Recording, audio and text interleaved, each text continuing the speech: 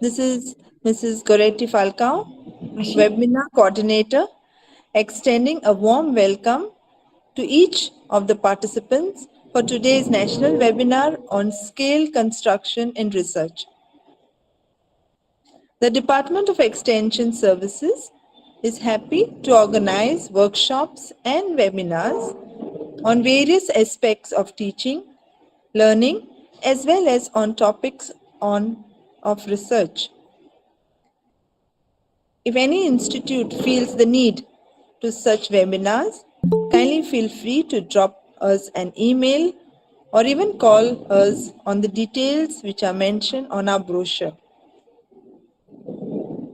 Dear participants, the objective of this webinar is to understand the basic elements of scales, to understand the preparation of Likert type scales, and to identify the situations where scales can be used in educational research.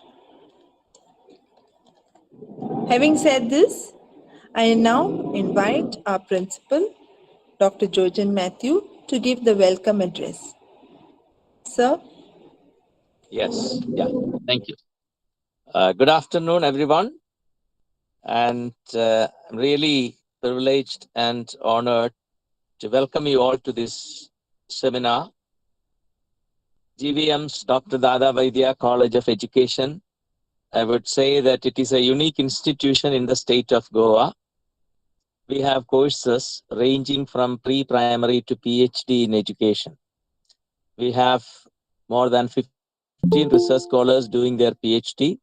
And of course, we have MEd program and more than 60 students are doing their MEd.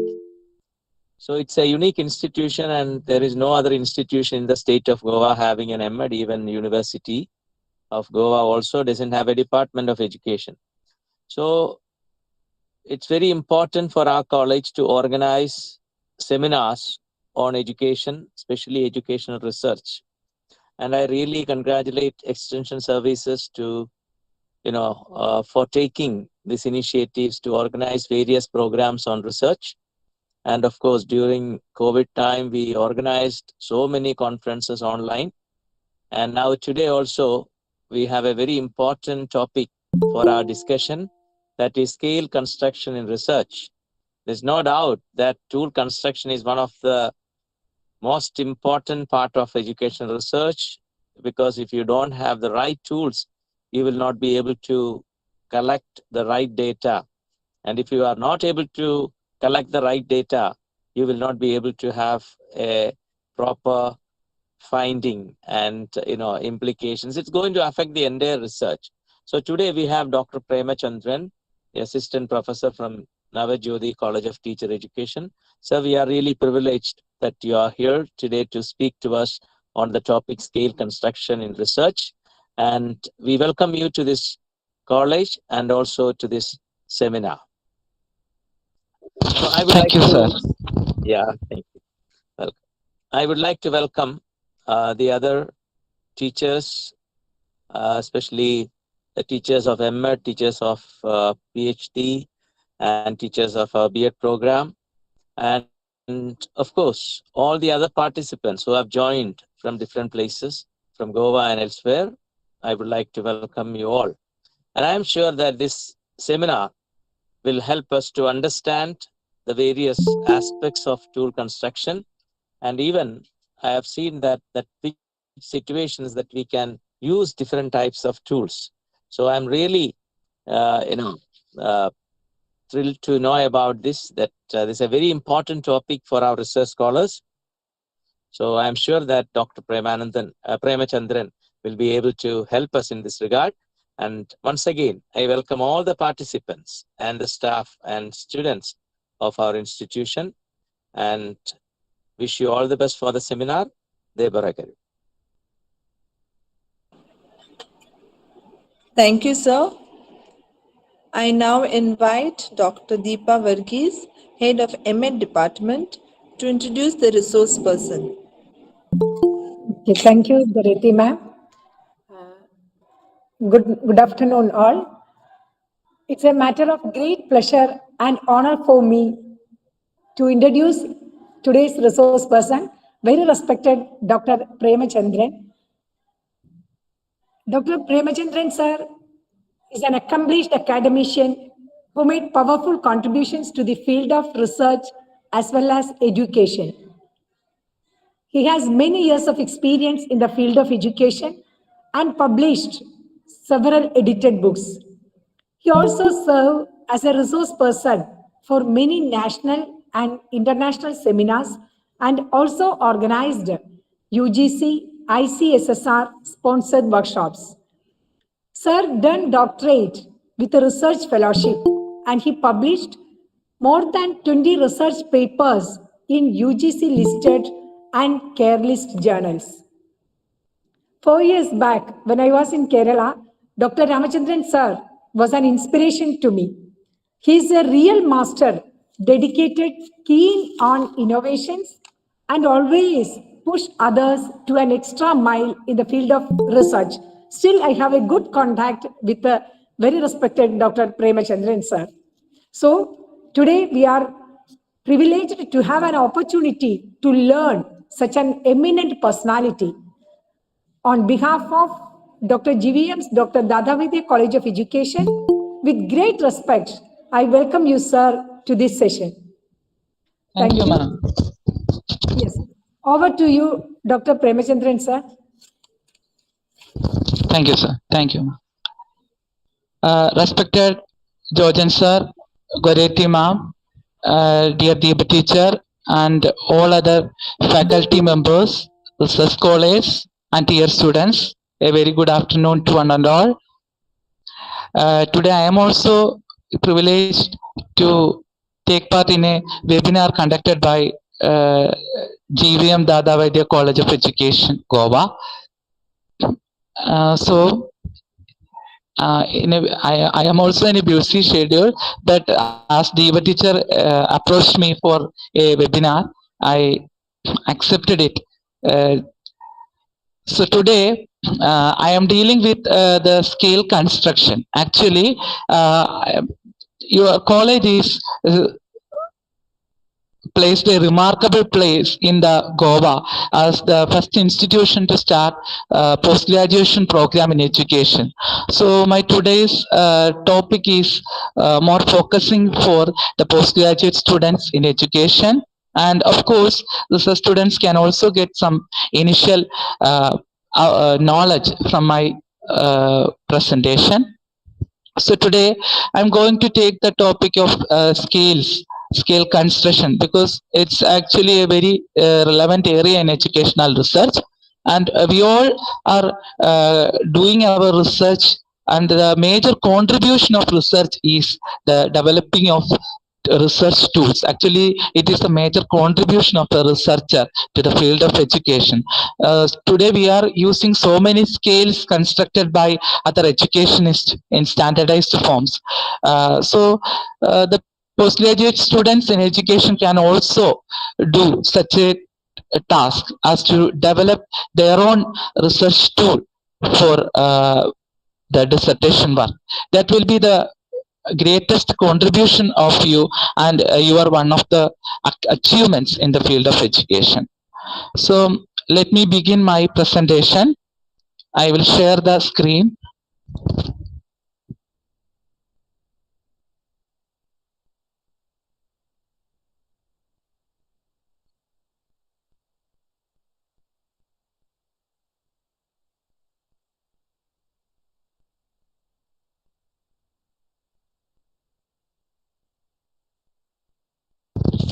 Is my slide audible or visible? Yes, sir. Yes, sir. Okay. So, scales in educational research. Let me begin with what is a rating scale. So, we are actually we are using a scale normally to measure the length, distance, like that. So, similarly, in educational research, we are using this scale for measuring some variable. In all psychological measures method, a rating scale is the most familiar one. It is using successfully in industry, trade, research, etc. The inventor of this in the field of psychophysics is Fechner. The rating scale involves qualitative description of a limited number of aspects of a thing or of traits of a person. So in the simple way, rating scale measures the aspect of a thing in a set of scale prepared by the investigator. Then there are certain types of rating scale available. That is numerical scale. As the name indicates, it has some digital rating. Then graphic scale, cumulative point scale, and standard scale. As a beginning, we can go through each of it. First one is numerical scale. Rater in this type of scale select square to a limited number and according to their scale value sympathize. That is, we are indicating certain numbers for getting a score. So, example, a scale on woman's beauty. For the purpose, I am taking this as an example. So there will be more options like 1 is most beautiful, 2 very beautiful, 3 beautiful, 4 average, 5 ugly. Then we can add more, 6 very ugly, or and the 7th is worst. So this type of we are assigning a number for the various levels of that aspect. A woman's beauty, we are rating by giving certain sub levels and indicating each with a number. So this type is numerical scale. This is only for an introduction. I will say what the limitation of this scale after this. Next is graphic scale. So it here through a graph, the various level of a thing is interpreted. So here as an example, there is a question, how does he think? He means a student. How does he think? So there are 4 options in a graphical way: very slowly, with normal speed, quickly, very quickly. So this is also a type of rating. Here the investigator has to pick the appropriate level. So this is the graphic level, and this can also be represented through graph. Next is a standard scale. So what do you mean by standard scale? In standard scale, a set of standards is presented to the rater. You have to compare the given thing with the standard one. So there is the standards are usually objects of the same kind to be rated with pre-established scale. So there is already a scale which is pre-established, and you are rating the new one with the standardized one already existing. So for example, handwriting, when you are checking the quality of a handwriting, there will be the scale of handwriting already prepared by taking specimens of beautiful handwritings from various parts, and you are checking the newly written document with the standards already set by the others, and you are checking or comparing the quality of handwriting of the newly prepared script with the standard ones and determining how much is the handwriting of the new one when compared to the standard. That is simply standard scale. You are comparing the given items with the already established standard scale. And the fourth one is cumulative point scale. In this scale, a person's evaluation is done by many characteristics giving marks. Sum of mark or cumulative basis about person's concept is fixed. From one point of view, this scale is like psychological test. Difference is only that in this, mark have not been given on objective criterion, given only by decision. For example, this can be illustrated with 2 examples. First one is checklist method. Here, you are rating the quality of a student. A children's character is rated. You can see the 3 aspects of written: cooperative, kind, grateful. In each quality, you are given certain below characteristics. For example, the cooperative, when you coming downward with zeal, with desire, with neutrality, with jealous. What is the nature of that student in cooperative? If it is with zeal, if it is with desire, if it is with neutrality, or if it is with jealous, you have to tick what type of cooperative nature the particular student has. And the next one is kind. Here also certain options are below it. The best, better, acceptable, but. So what is the type of nature of that student regarding the character kindness? Is the best, or is it the better, or is it acceptable, or is it bad? Similarly for grateful, below which there are four categories: much, more than general, normal, less than normal. Here also you can tick the appropriate one. So for every characteristics there will be subdivisions, and you have to tick which is the one most suitable for that particular student. And for each favorable trait, a score of +1, and for an unfavorable trait, -1 mark is given. And the total of all these points will be considered as the overall score for the character of that student. This is one method in summative method, or what we call as cumulative point scale. Another one is guess who technique. This guess who technique is we are using in educational research basically when we are conducting sociometry. There we have learned about this guess who technique. Here also the investigator is asking the student group or whatever the sample for research. For example, one example is given below. Here is such a boy who do something for the pleasure of others.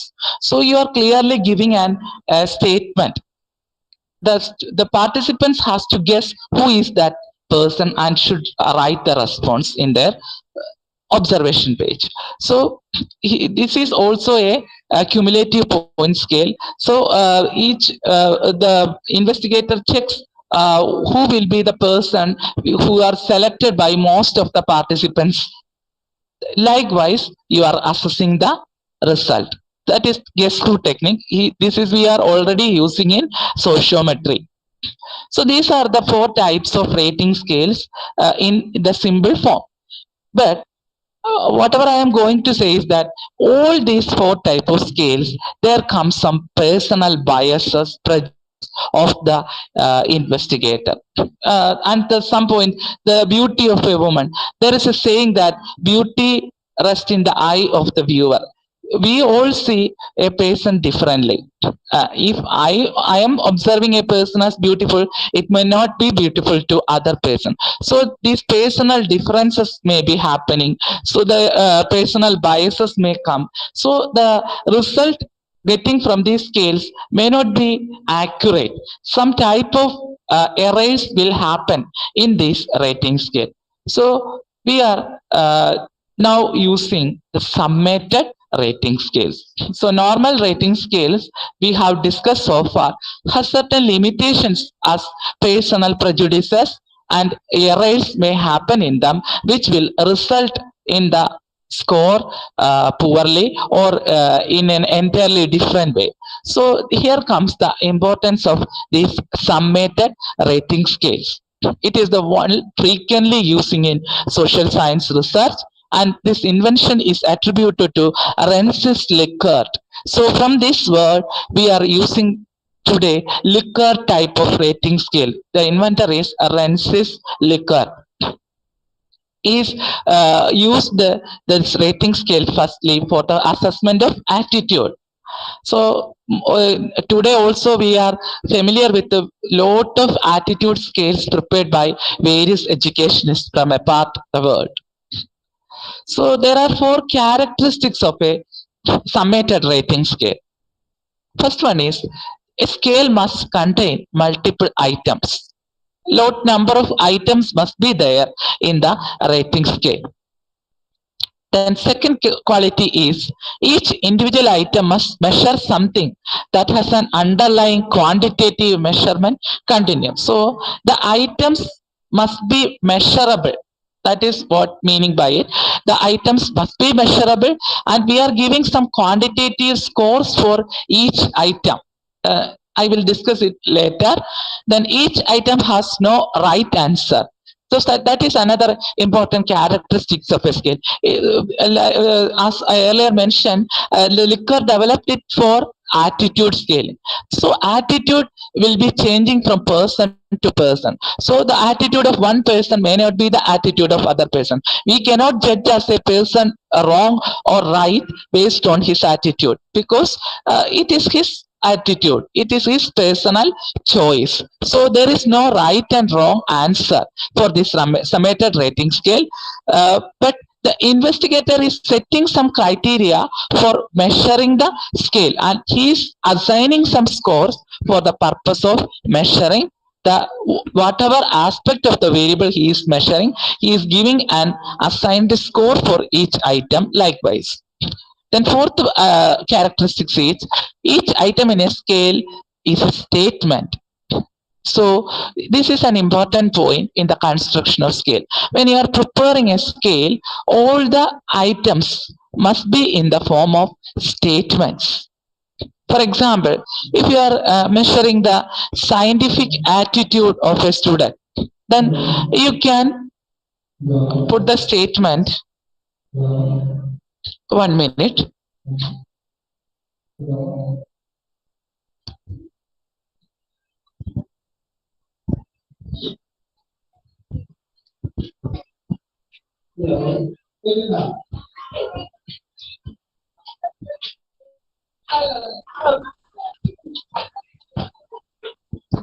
Please wait 1 minute.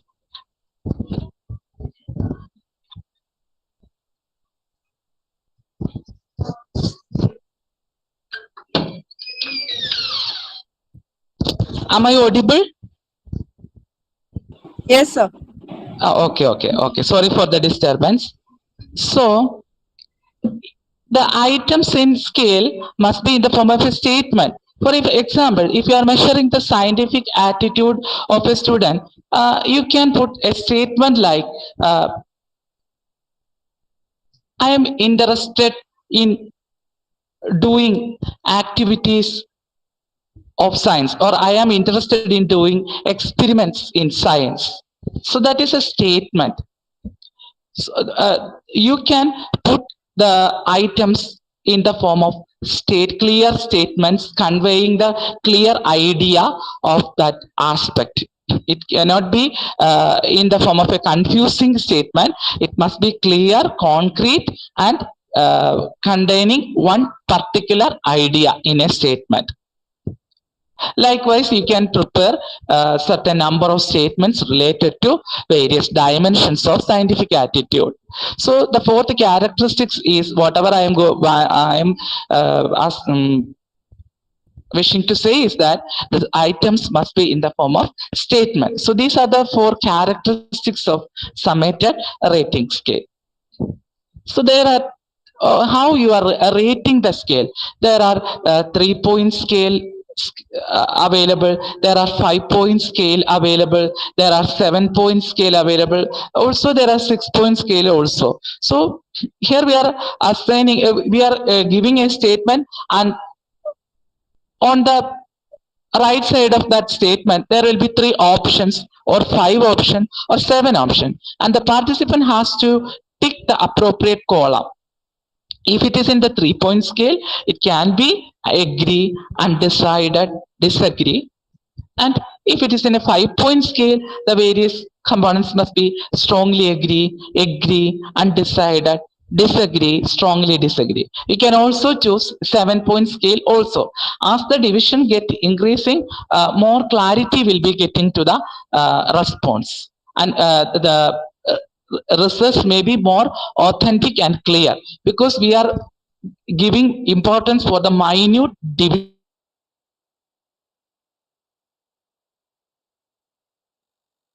and valid.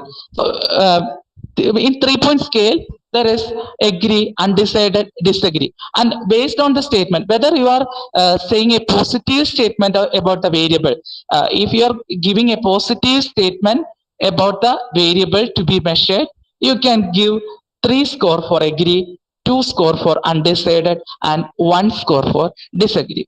If it is a negative statement related to the concept, you can put the score in reverse order. That is, here the agree will get 1 score, undecided will get 2 score, and disagree will get the 3 score. So based on whether the statement is positive or negative, the scoring will be likewise. For positive statement, if it is from 3 to 1, then for negative statement, it will be vice versa, in reverse order. So similarly, 5-point scale also. And it's also similar for 7-point scale. So there will be 20. If for example, if I am preparing a scale of scientific attitude of 30 items, so that a scale consists of 30 statements, and on the right part of every statement there will be 3 columns: agree, undecided, disagree, and the participant has to read every statement, and whatever his rating, he should give it in the appropriate column by putting a tick mark there. So likewise, we are filling the rating scale, whether it is a 3-point scale, 5-point scale, or 7-point scale. Next is about number of items in the scale. Here it's from my personal experience and research experience. I am saying this for the more authenticity and more reliability of your scale. That is, you have to prepare the initial draft of the scale with 3 times the number of items you wish to be in the final tool.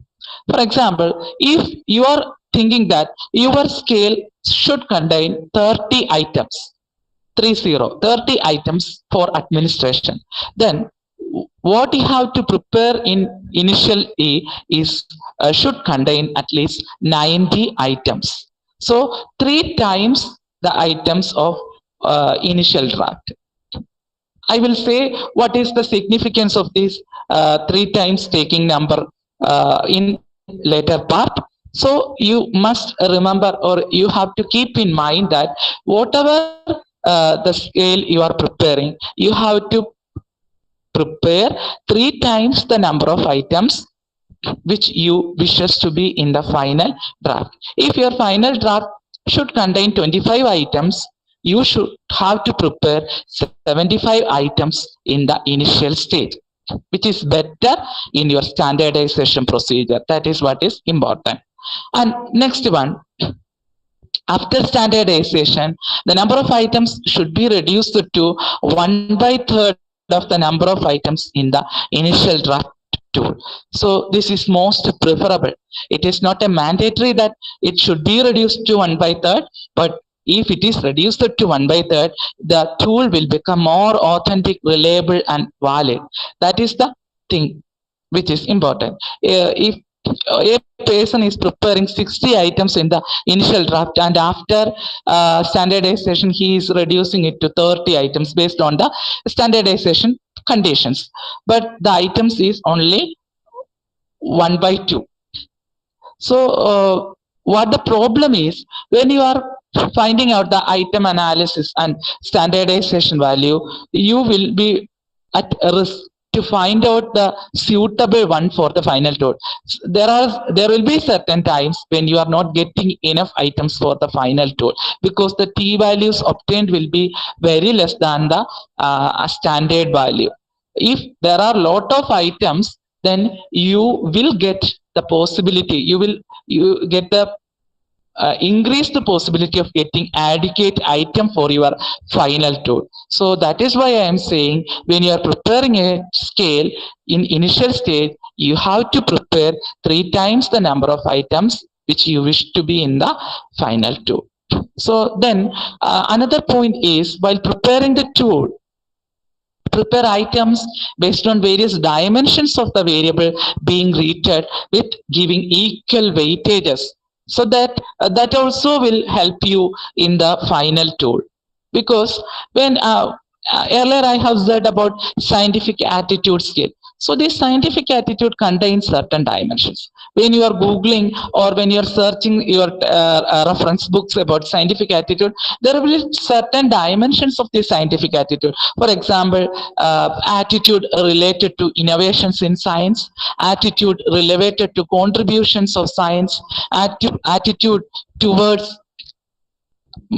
modern applications of science, attitudes related to values of science. So scientific attitude will contain certain types of dimension, maybe 4, 5 or 6 number of dimensions will be there under a common variable. So when you are preparing a tool for measuring the scientific attitude, if it contains 5 or 6 for example dimension, then you have to prepare items based on each dimension of that variable, because when after standardization, when you are reducing the tool based on the standardized value, the final tool should also address the various aspects of that variable. So that is why I am saying that when you are preparing an attitude scale or awareness scale or other type of scale, for whatever the variable you are choosing to rate, that different aspects or dimensions or components of that variable has to be listed, and you have to put as much as items under every dimensions, so that after standardization the final tool will address every dimension of that concept in crystal clear way, and your tool will be more authentic and will be suitable for measuring that variable in its fullest potential. So that type of scales will be of great use in the educational field. Your tool will be using by so many educationists in their research work for paper presentation, and that will be counted in your academic profile also, and that is your other than that, it is a real contribution of you in the field of education. So next is about standardization of a scale. So whatever I have said, your final tool, if it contains of 25 items and you are following a 3-point scale, so your maximum score of that scale will be, if it is a 3-point scale, the maximum score for one item is 3, because it is 3 point. If agree is the positive for positive statement, if agree is the first point, then it will be given 3 point, and undecided 2 point, and disagree 1 point. So what will be the maximum score for this 25 item? 25 into 3, that will be 75, and the minimum score will be the ones you have to add. 25 into 1, 25. So the minimum score of your attitude scale will be 25 and the maximum will be 75. You can also use the score 0, 1, 2 instead of 1, 2, 3. That is your choice, and then the score will be maximum will be 50 and minimum will be 0. So you can assign the score according to your choice and consultation with your research guide. So then after getting the responses from the students or whatever sample you are collecting, then you have to score the sheets in a clear way for each item, or for one dimension there will be 5 questions, and what is the total score of that dimension, and likewise you have to give the subtotals of each dimension and overall score of the scale. Then you have to write the scores in an ascending order from lowest score to highest score, and then you have to select the upper 27% or higher 27% scores, and also the lower 27% scores. You can clearly categorize this with the help of an Excel sheet. You can write the scores there, and you will get a clear order in ascending or descending form. And whatever I am saying is, it should be written in the form of an ascending order, and you have to select the upper 27% and the lower 27%. And most probably in educational research, it is widely used as, if you are taking 360 samples for your standardization, then this upper 27% will be an approximate of 100 and lower 27 will be approximately 100. So you can easily select the upper 100 scores and lower 100 scores. The rest of it can be discarded. And you can set the higher level and lower level like this. So this is about the standardization procedure. Then you have to calculate the t-value here, because this is an attitude scale. When you are conducting a test, achievement test, diagnostic test, like that, when you are conducting a test, we are measuring the standardization by another 2 terms, discriminating power and difficulty index. But when you are coming for a scale, we are measuring the worth of an item by calculating its t-value. Here the equation is given for the t-value. It was put forwarded by Edward in 1957. Is it t is equal to xh bar minus xl bar divided by root of sigma xh minus xh whole square plus sigma xl dash minus xl whole square divided by n into n minus 1. This is an equation for calculating the t-value for the standardization purpose, where each term is given here. X, actually there is a shortcoming. First one is x h bar. Here it is only given x bar, x h bar, that is arithmetic mean of the given item for the higher group, and xl bar is arithmetic mean of the given item for the lower group, and xh is equal to individual score of the given item in the higher group, and xl is the individual score of the given item in the lower group, and n, you all know, that is the number of individuals in the criterion group. So this is the equation for calculating the t-value for the purpose of standardization after you are categorizing the responses as upper 27% and lower 27%. Then the value of t, it is stated in Edward 1957 that a score of a t-value of 1.75 is regarded an item which possesses internal consistency and has discriminating power.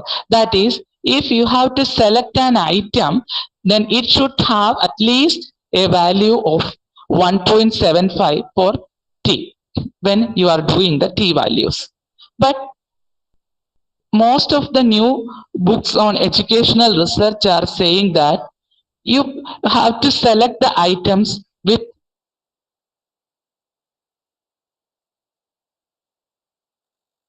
here comes the importance for a lot of number of items in the initial draft. Then only you can select the most highest t values listed items from the initial draft scale. So that is why I have mentioned earlier that you should have to put 3 times number of items when compared to the initial final draft of the 2. Then you will easily get higher your expected number of items with the good t values, because for an item to be selected, the minimum requirement is the t value should be minimum 1.75. Above 1.75, you can choose an item to be listed for the final draft. But it is advisable that the t values must be as much high as possible, because that indicates the more discriminating power of that item when compared to other items, and the final tool must contain good quality of items when compared with the initial draft. So whatever, there will be a criteria. So that is why we are saying that you have to select the items with a high discriminating power. So likewise, based on the t values, you will be selecting the items which can be selected for the preparation of your final tool. Then surely, as like any other tool, it has to be established reliability and validity of the tool.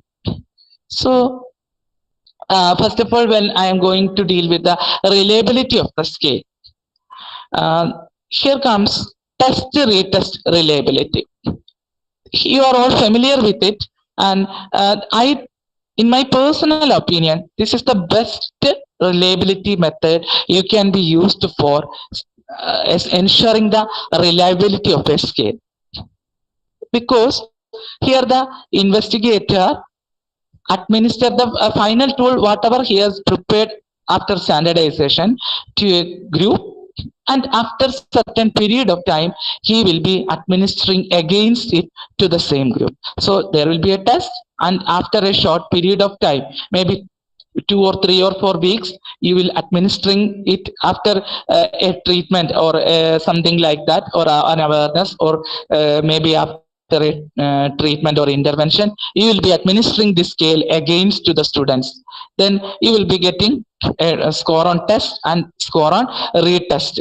And when you are comparing the correlation between this test and retest, if you will getting the correlation value significant, then it indicates that your tool prepared is reliable. So this is the best choice for a scale standardization. Why I am saying is that when I am discussing with another things, it will be more clear to you. So tester retest reliability is the most suitable one for a standardization of scale. Why I am saying is that I will discuss below. There is another method is also split half method of reliability. So in every field there will be some misconceptions about concept. So most of the people think that what is split half? Just divide the test or scale you prepared into 2 equal half and conduct the scoring separately and then correlate the scores. That is split half. It is wrong. When you are preparing, you can use split half method, but what is the condition is that the 2 halves must be identical in all aspects. That is more important. Now, if a tool contains 30 items, you are splitting it into 15 and 50. So split half. But that division is not just based on number of items, but the 2 halves should contain equal weightage for all dimension. Then the difficulty level will be must be same for the 2 halves. In one half, if there are 5 difficulty items, then the other half also should contain 5 difficulty part, and the average part likewise, and easy part likewise, and the weightage given for each dimension. If in one half a weightage of 3 is given for one dimension, then there should be equally a weightage of 3 for the another half. So this will be very difficult in most of the situation. We will be very rarely getting these exact 2 halves when doing the split half method. That is why I am saying that if your tool is can satisfy all the conditions of split half method, then you can use split half method for ensuring the reliability.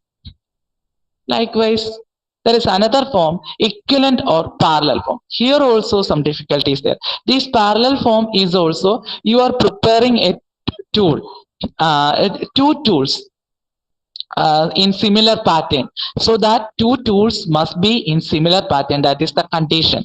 If you are preparing a tool and then comparing it with another tool, then it is parallel form. Same, if I am using a scale for measuring scientific attitude, I have prepared a final tool for scientific attitude, then I am using another scientific attitude scale prepared by somebody, but the condition is that both these tools must contain the same dimension, the same number of items, the same number of difficulty items, level of items, all must be similar.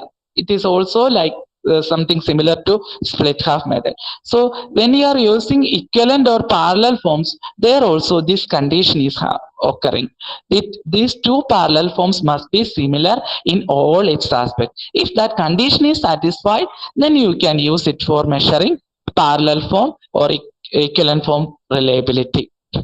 And when you are doing test retest reliability or split half method, along with it you can do the Cronbach alpha for ensuring internal consistency. This Cronbach alpha can be done with the help of SPSS very simply. When we are calculating the correlation in SPSS, we can also select this Cronbach alpha along with it, and when you are getting the result, you will get both the result of correlation coefficient and Cronbach alpha. Then coming to validity of the scale. So the tool you have prepared must be reliable and valid one. For validity of the scale, there are also certain choices. First one, construct validity. Construct validity is concerned with the extent to which a test measure a specific trait or construct. So you are preparing a tool for measuring something. So here checks, is the tool able to measure what is being measured, but it should measure. So that is here how much it can measure what it is intended to measure. This type of validity is essential for those tests which are used to assess individuals on certain psychological traits and abilities. For example, anxiety, intelligence, motivation, attitude, critical thinking. When coming to these type of scales, you can use construct validity. You are clearly checking here that whether your prepared tool is able to measure what is it intended to measure and how much or what is the extent to which your test is able to measure that construct. Next is concurrent validity. In some research situation, a researcher may wish to develop a new tool as a substitute for an already existing tool. This is what I have said. For example, social attitude. There are plenty of scales available for social attitude in educational research, because every investigator is eager to prepare his or her own scale instead of an existing one. So when we are preparing a tool which is already existing, then you can ensure the validity of your prepared tool by using this concurrent validity. If the existing tool is considered useful for decision making and we want to test the validity of the new one, the key question to ask is whether the new tool agrees with the information sought through the existing technique. If the new tool is agreeable with the tool which is already existing in terms of its dimension, in terms of its scoring, in terms of its norms, and likewise that. If they disagree, whatever we are assuming is that the new one cannot be substituted for the original tool.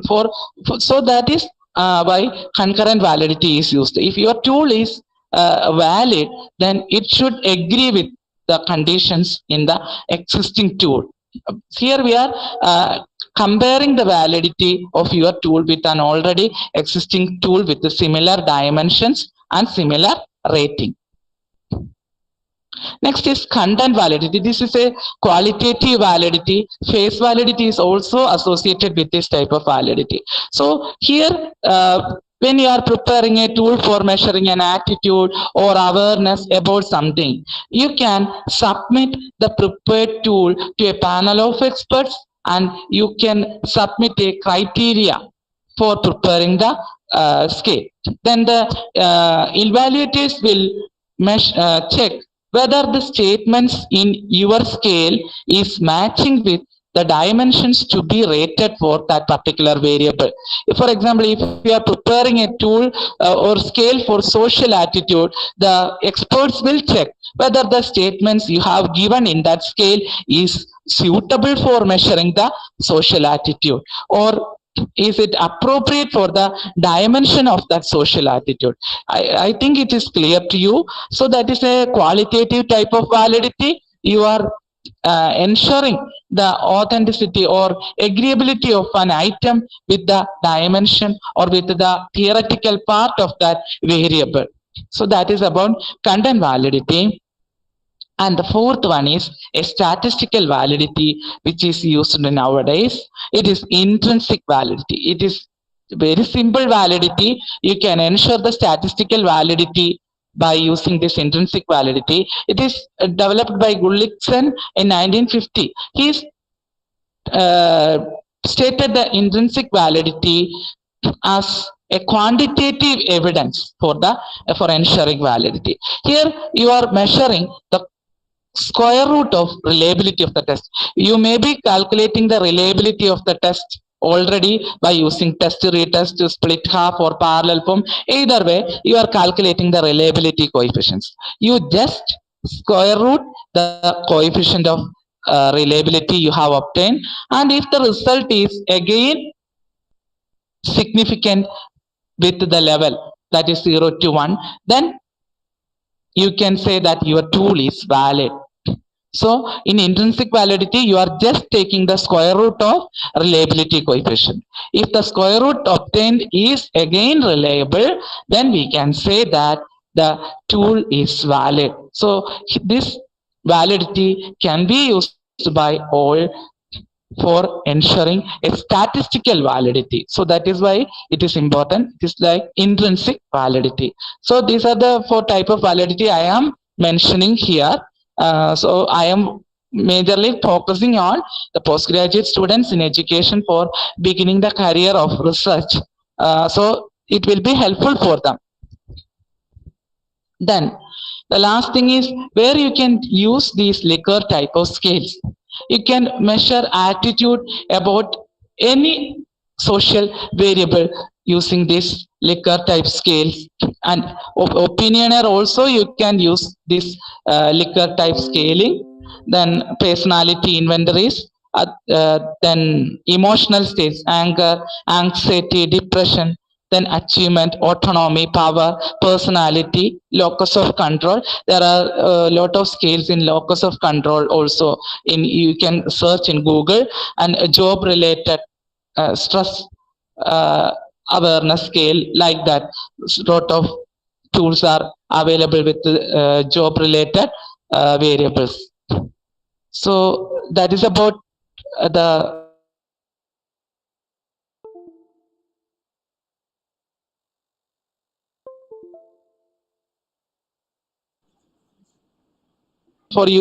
for giving you a preliminary awareness about the scales, because the scale construction is actually a long process. It cannot be taken by one class or two class. It is a very important aspect of this educational research program. If I am getting further chances for coming offline or other mode, then I will be getting more time for discussing with the detailed aspects of the scale construction.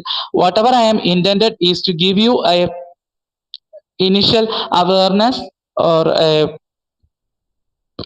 a beginning knowledge about this construction of scale, and I think you will get it to some extent. So with these words I conclude. Thank you for your patience listening. Thank you, sir. Indeed, yes, you have given us the gist of the type of scale, the rating scale, the standardization, the reliability, how to do the validity, the which is as you said, the best is we can always try with test and retest reliability, and where we could use the Likert scale. Now we will now have the question and answer session. Participants are requested to unmute yourself and you can ask the question. And I request Dr. Deepa to take over the session. Dr. Deepa? Yes, madam. Thank you, Goriti ma'am, and thank you, very respected Dr. Premachandran sir, for very insightful class about the basics of research data, research tool preparation, and the standardization procedure. Sir, just I want to know one thing from you. Actually, at the time of standardization, we take 27 percentage upper and lower, especially in the case of item analysis. After arranging the responses in a descending order, in the process of item analysis, we take 27 percentage of upper and 27 percentage of lower, and the middle we discarded. Sir, just Yes. I want to know what is the rationale of taking 27 percentage upper and lower in the item analysis, sir? Yes, it's a good question.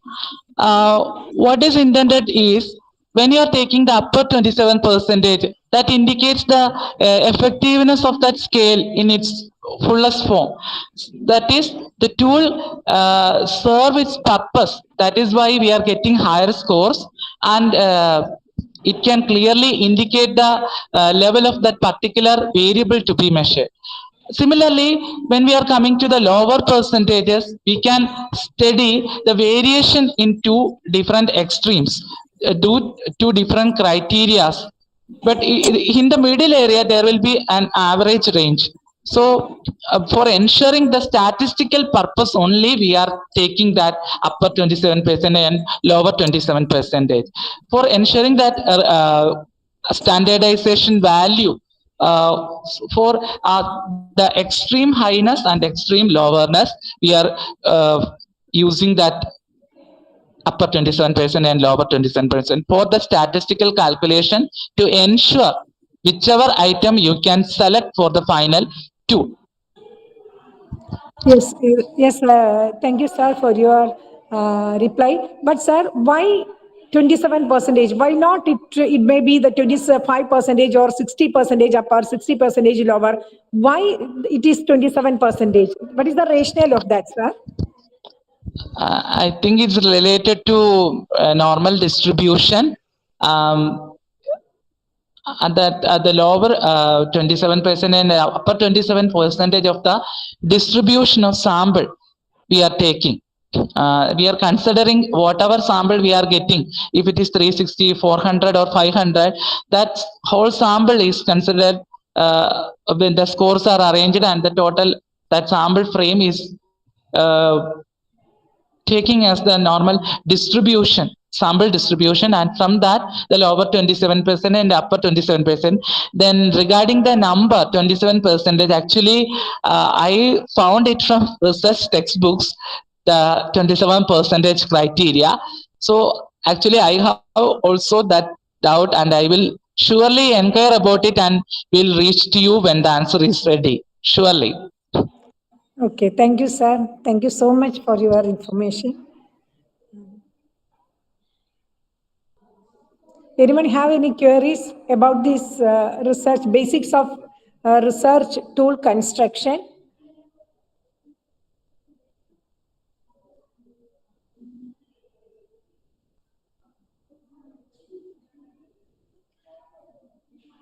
Okay, if not, we can, I think that we can wind up the program, and over to Goriti ma'am, please.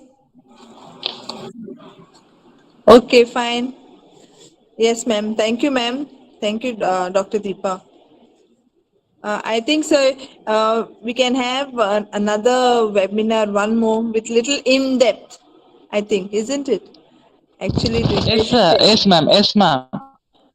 If more time will be getting, actually, the problem is with me today. There is university examination is going on, so I am in short of time. That is why, because this scale construction is a large topic. Yes. It can be dealt with minute details to be made clear. Then Oh, only they will get a deep knowledge about that. If yes. more sessions will be getting, then it will be more useful, ma'am. Surely. Yes. Sir. Yes, sir. I take this Excuse me, opportunity. ma'am. Yes. Excuse me, ma'am. That's the question. So good evening, sir. So like Yes, there ma'am. are some questions like as you give in the beginning, wherein say Yes. if you're measuring beauty, as such beauty cannot be measured because everyone has a understanding, and each way person's attitude towards giving it as a measurable amount is different. So Yes. quantification of such topics not usually helpful, and it is difficult to do that. And Yes. such type of attitudinal scales development becomes a little difficult, and framing such questions also become difficult to measure and find out the real answer to it, and then Yes. quantify it also becomes difficult. So in Yes. that case, how do you suggest, say for example, I was studying menstrual hygiene and its awareness in students and student teachers. So Yes. to develop such questions, what exactly should we keep in mind to get to a correct answer, or some, because there is, as you said, nothing correct and nothing wrong in such scales, because in such answers it's like who agrees to it and who does not agree. So what kind of things should we keep in mind to ascertain the proper questions that we frame in the Questions. test items? Okay, ma'am, it's a good question. Actually, your topic is about menstrual health awareness or menstrual uh, hygiene awareness, I think. Yes, ma'am? Yes, sir. Health, Yes. hygiene, and attitudes. Yes, sir. Yes, ma'am. So, for your menstrual health awareness, we can put statements regarding the concepts, and we know that what will be the level of awareness we are expecting from the part of participants about this menstrual hygiene. So we can assign score with that concept. But the scores will be different because most of the people nowadays also properly not know about the proper menstrual hygiene or like that. So I think for that this awareness scale is very much useful, and you will get a real picture about the problem, and you can reach to more uh, suitable formulations for that Sir, do we study. have to, because the scales that are already existing seems to be standardized to a local place and uh, in different countries. But for Uh, is it possible that it can be standardized as a area whole specific, or like yes, yes, age ma'am. Yes, wise? ma'am. Whatever I am advising is that you do not take any pre-established tool for your study. You please stick on to a new tool with your viewpoints and theoretical evidence based on the aspect you are taking, and that will be more fruitful. Do not consider the previous tools. You just discard it because there are always happening these local differences like that. You have to prepare a tool if it is administrable for the entire India. Okay, sir. That will Thank be you so most much. useful. That will be most useful, and that will be a better tool. It will be useful to any state in India to measure. That is the real essence of a tool preparation. Okay, ma'am. Thank you for your guidance, sir. Thank you, sir. Any other question? Okay. So I request you to kindly, I have typed the feedback form. I request you to fill the feedback form, and you will get your certificates within 2 days. So shall we wind up, sir? Yes, Okay. ma'am. Yes, ma'am. Okay. I take this opportunity to thank our resource person, Dr. Premachandran, for taking his time out and sharing his knowledge with us. Sir, it was indeed an informative and insightful session. Thank you very much, sir. My thanks go out to our principal, Dr. Jojen Matthew, for his welcome address. Sir, you have always been a source of motivation to all of us and to everything that happens here at Dr. Dadavaidya College of Education. Thank you, sir. Thank you, Dr. Deepa Varghese, for all your support and guidance. My gratitude goes to the teaching and non-teaching staff of GVM's Dr. Dadavaidya College of Education. A special word of appreciation to System Administrator of our college, Mr. Abhijit Rege, for working behind the scenes. Thank you, Sir Abhijit. Last but not the least, thank you, dear participant, for joining in this webinar. Kindly again, I repeat, to fill your feedback form. We would like to serve you better. You will receive your certificate soon. Thank you and have a good evening. Okay, thank you, Dr. Premachandran, sir. Thank you, Miss. Thank you. Thank you all.